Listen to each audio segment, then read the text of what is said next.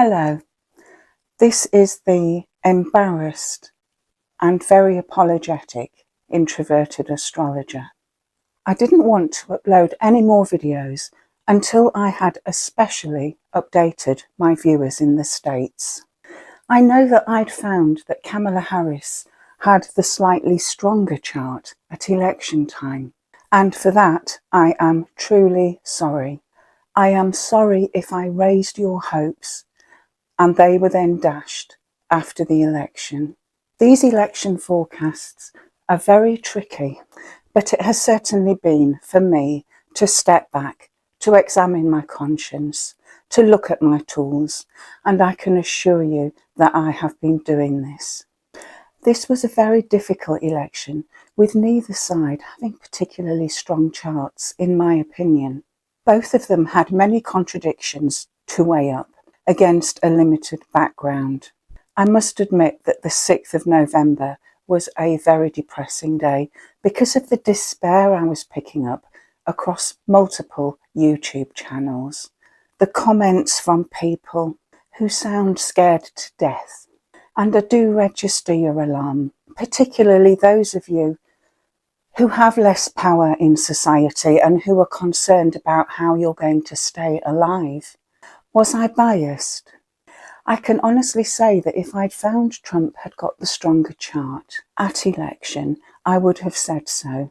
I don't vote in the States because I live in the UK, but I had found that people like Nigel Farage, for example, would certainly have been successful in his bid to become an MP. I could see that in his chart, and so I was frank. Nigel Farage shares many opinions with Trump and is indeed one of his close allies. I don't support Farage personally, but I honestly don't have a problem with sharing the planetary truth as I find it. But now, for today, and regardless of which political side that you're on, there is a lot of angst about the future of America. And so we're going to have a look at where we are now and where we will be in a few years' time. And we are looking for hope. I can't think of anywhere better to start than by showing you the solar return for the United States, which spans this July 2024 through to next July. And what had seemed very prominent was the state of the moon. When we're thinking about a country, the moon represents the democracy, the general public, the people. It can have a few other minor significances, land and buildings, for example, but chiefly it's the state of democracy. One of the first things that we look for in solar returns are those very, very tight aspects, and this was the tightest of them all because we have this moon in square to Neptune. They're both at 29 degrees, and so the confusion or doubts or despair are so prominent here. And this theme of the people is emphasised even more by explaining to you that usually in the Sibley chart, the moon is at 27 degrees of Aquarius, bang on the IC here. So can you see how much the general public and the principle of democracy is being thrust into our eyes over this period in time? Worst still, this moon falls in the 8th house, whether we're using Placidus or whole sign. It's an 8th house moon, and the solar return ascendant is Scorpio. Scorpio is the sign on the United States Sibley chart, 12th house. So we have these ominous 12th house themes, potentially secrets, downfalls, undoing, coming to light this year. So 2024 through to 2025 has some dark side with it. And another thing that we can consider when we're reading a solar return is the relationship between the sun and the moon. And in this particular chart, the moon is advancing on the sun, but it is still around 14 degrees away. And we call this phase the balsamic phase. Another way of thinking of it is the dark of the moon. And this is one of the more difficult time periods before the moon becomes new. And so again, we have these signs of a rather unhappy, confused, divided, threatened general public, the principle of democracy may feel under threat. And now we're going to pull our focus onto a different planet. This is Mars. Mars in the Sibley chart is at 21 degrees of Gemini. And so in August this year, 2024, Mars returned to its original position in the Sibley chart. And at this precise moment in time, a chart was cast. And this is what we came up with, the chart in the centre. All of the planets from the United States birth chart are placed around the outer edge, and I did do a video specifically on this a couple of months ago.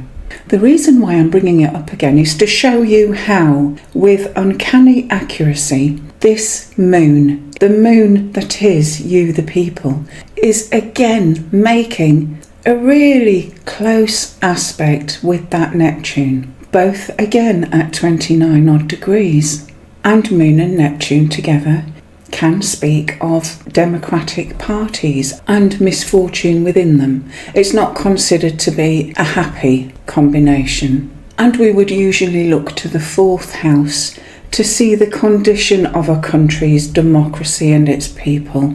And as you can see, we have Uranus tightly on the cusp. I find it uncanny that we have this moon at 29 degrees in aspect with Neptune so closely across two different planetary returns. And these are charts that have been cast at vastly different times.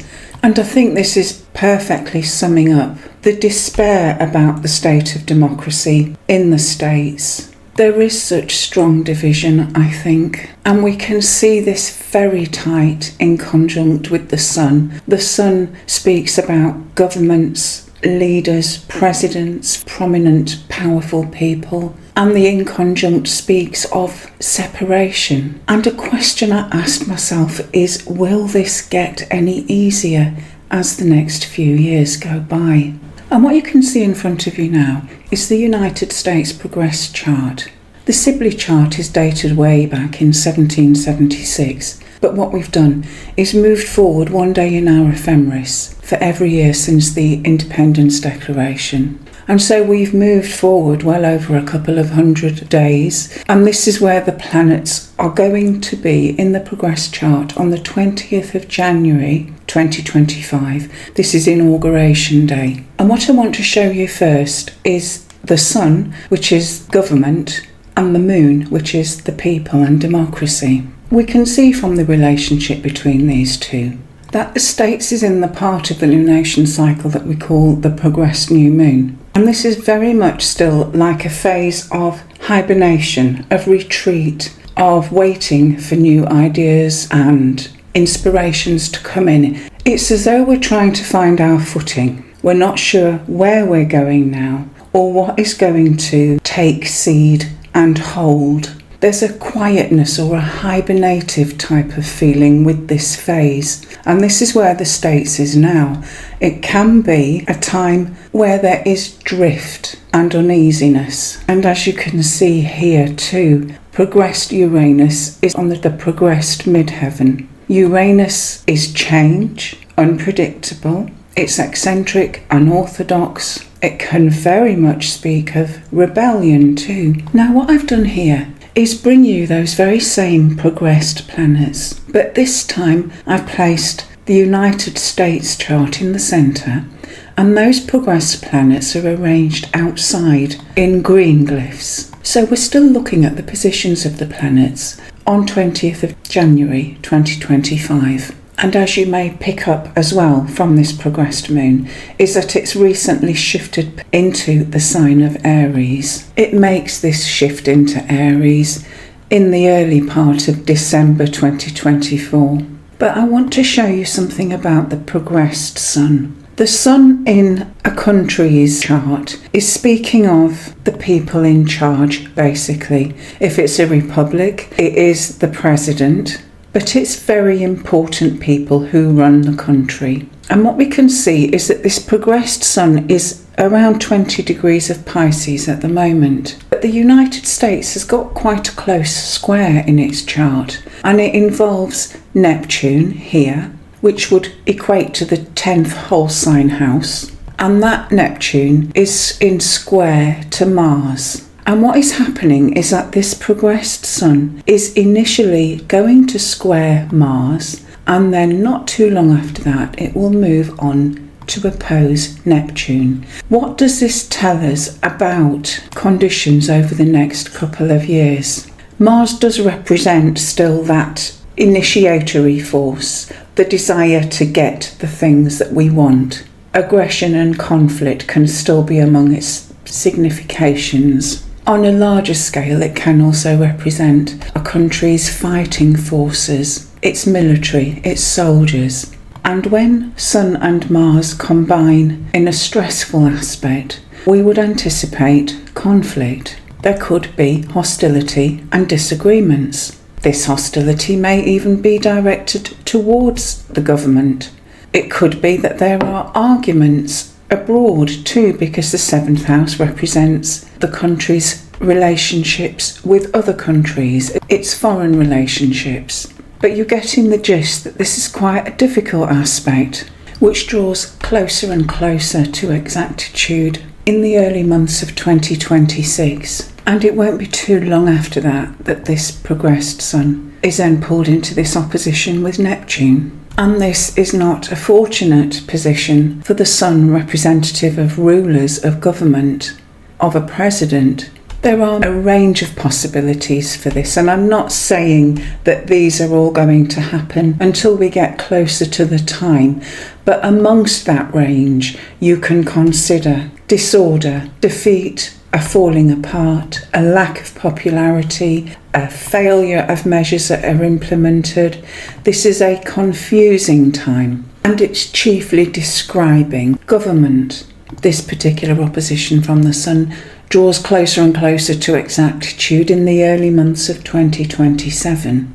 And by this time in 2027, the progressed Moon will have moved further and further ahead of the progressed Sun. And it will enter a new phase in the overall lunation cycle. And around May of 2027, this progressed Moon will change phase into the first quarter moon. The first quarter moon is a time of more action, more hope. There has emerged from the period of hibernation the first glimmer of which direction to go in. It's a time of more vigour, as though an initial spark has taken hold and we have a rough idea of our direction now. We've emerged from hibernation and we're going somewhere. And let's see how all of this transposes over onto the solar returns for the coming couple of years. This is a flying overview of the solar return for July 2025 through to July 2026, and it really is flying. I can't do this justice in a minute, but what I want to show you is that you, the people, as represented by the Moon in this chart, are still prominent. So here we have this angularity. However, the condition between the Sun and the Moon is improving somewhat in that they are in a trine, albeit a very wide one. But we've lost that Moon-Neptune combination and the inconjunct between the Sun and the Moon that we saw in the solar return for the previous year. It's important with solar returns to refine your gaze to the closest aspects, and so the Moon in this case is square to that natal Mercury, and Mercury is angular on the descendant.